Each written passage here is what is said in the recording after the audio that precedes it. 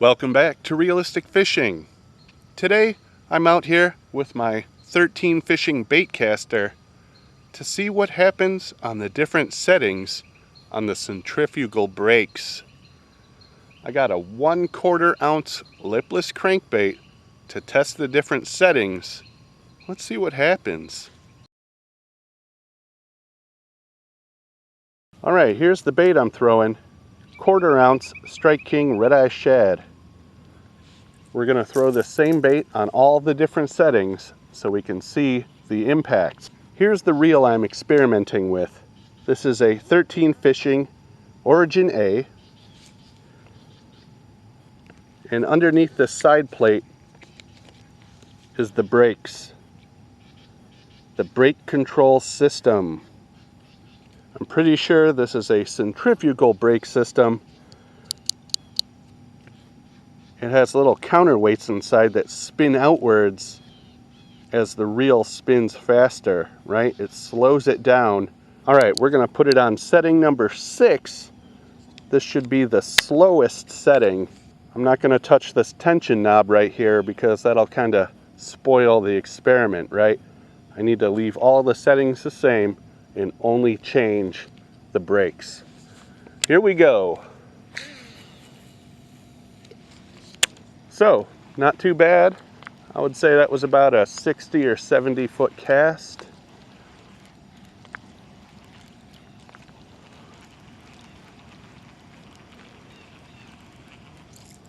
Let's do it again without putting my thumb on the reel. That sounds crazy.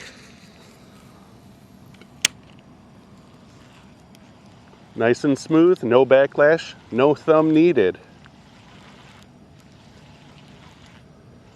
Got about 60 feet on that just by kind of lobbing it out there, and that's what I'm gonna do for each setting.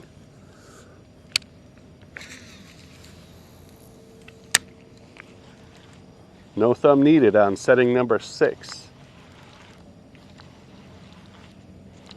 If I catch a fish, that's just a bonus, right? All right, so 3 casts in a row, all about the same distance. No thumb needed on setting number 6. All right, now let's move it down to setting number 5.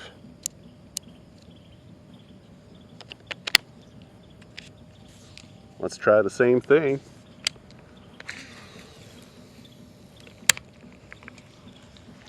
Just about the same. I would say that didn't go any further, and I also didn't need to put my thumb on the spool.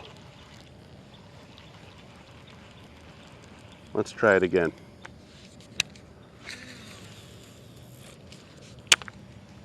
Yeah, that's just about the same. I'm not noticing a big difference between setting number 5 and setting number 6.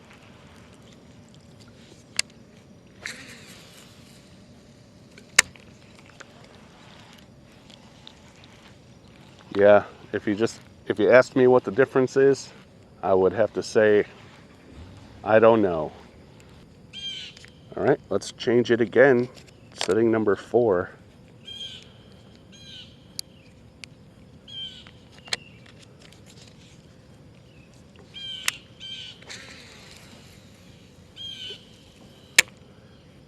Starting to get some overspool. It also went further. I would say it went 10 feet further. That was maybe a 70 to 80 foot cast, but it got some overspool. So what I'm going to need to do is thumb it as it slows down. No backlash that time because I thumbed the reel right at the end. And yes, it casted further, about 10 feet further. I see a little bit of fish action in front of me here. Some shad and stuff, maybe a bass. Just might get one on the way in.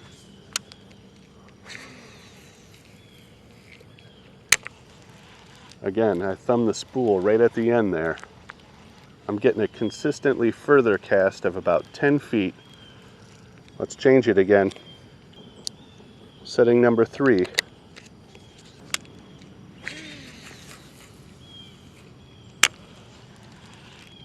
That was even further, maybe another 5 to 10 feet further than that last cast. Again, I have to thumb the spool though at the last second to prevent that overspin, to prevent that backlash.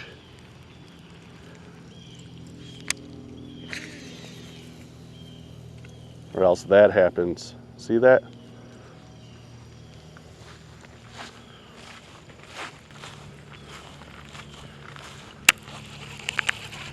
So that's what happens on setting number 3.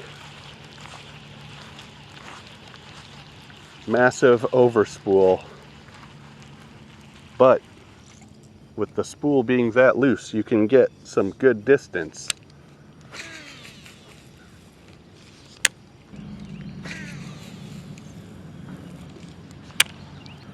All right, let's change the settings once again. Let's go to setting number 2.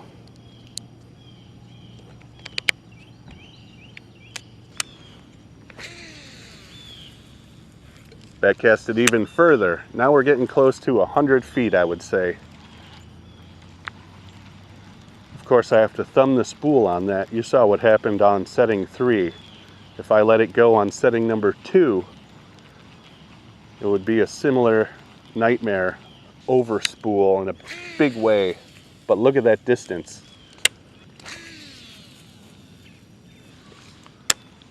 All right, I think we got 2 settings left. Let's go down to 1.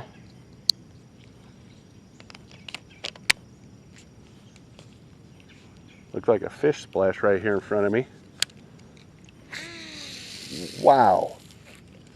So that casted even further, but as you can see, while it was spinning, it tried to overspool and bird nest, but the lure did finally catch up to the line, and it worked itself out. So if you want distance, setting 1, look at that. Well over 100 feet, maybe 115, 120. It's going way out there now. Look at that. Oh. Setting 1 is a little bit tricky, but if you're good at casting and you know what you're doing, you can get some really far casts.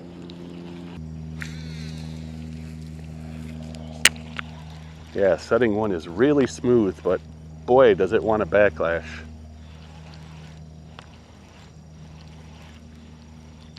I'm just bumping into shad left and right down here. I can feel it. My lure's all jimmied up because I got a fish attached to it.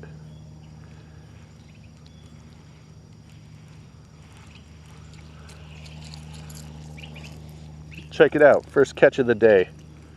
Little shad. Yeah, see that? It's pretty close. Let's go to setting number 0, see what it's like.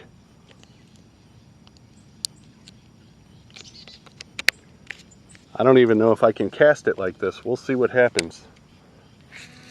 Holy sh**. Okay, well, that was horrible.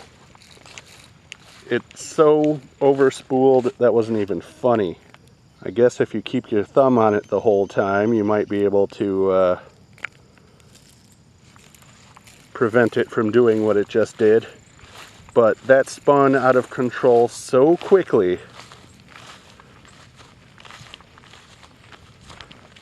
I'm not even gonna bother messing with that. First try, setting 0, massive overspool. Not gonna keep that setting.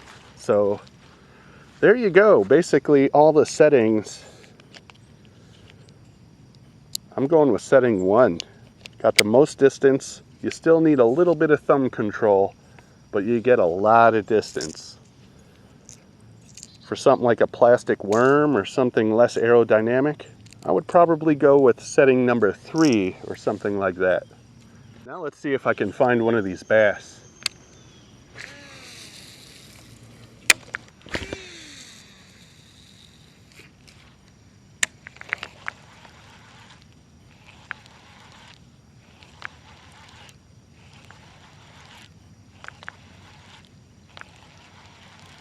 Yeah, the bass seem to be going nuts.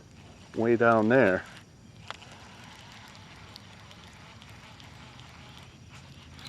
Fish, fish. Ah, ah. Damn. I had a bite right there. Last cast.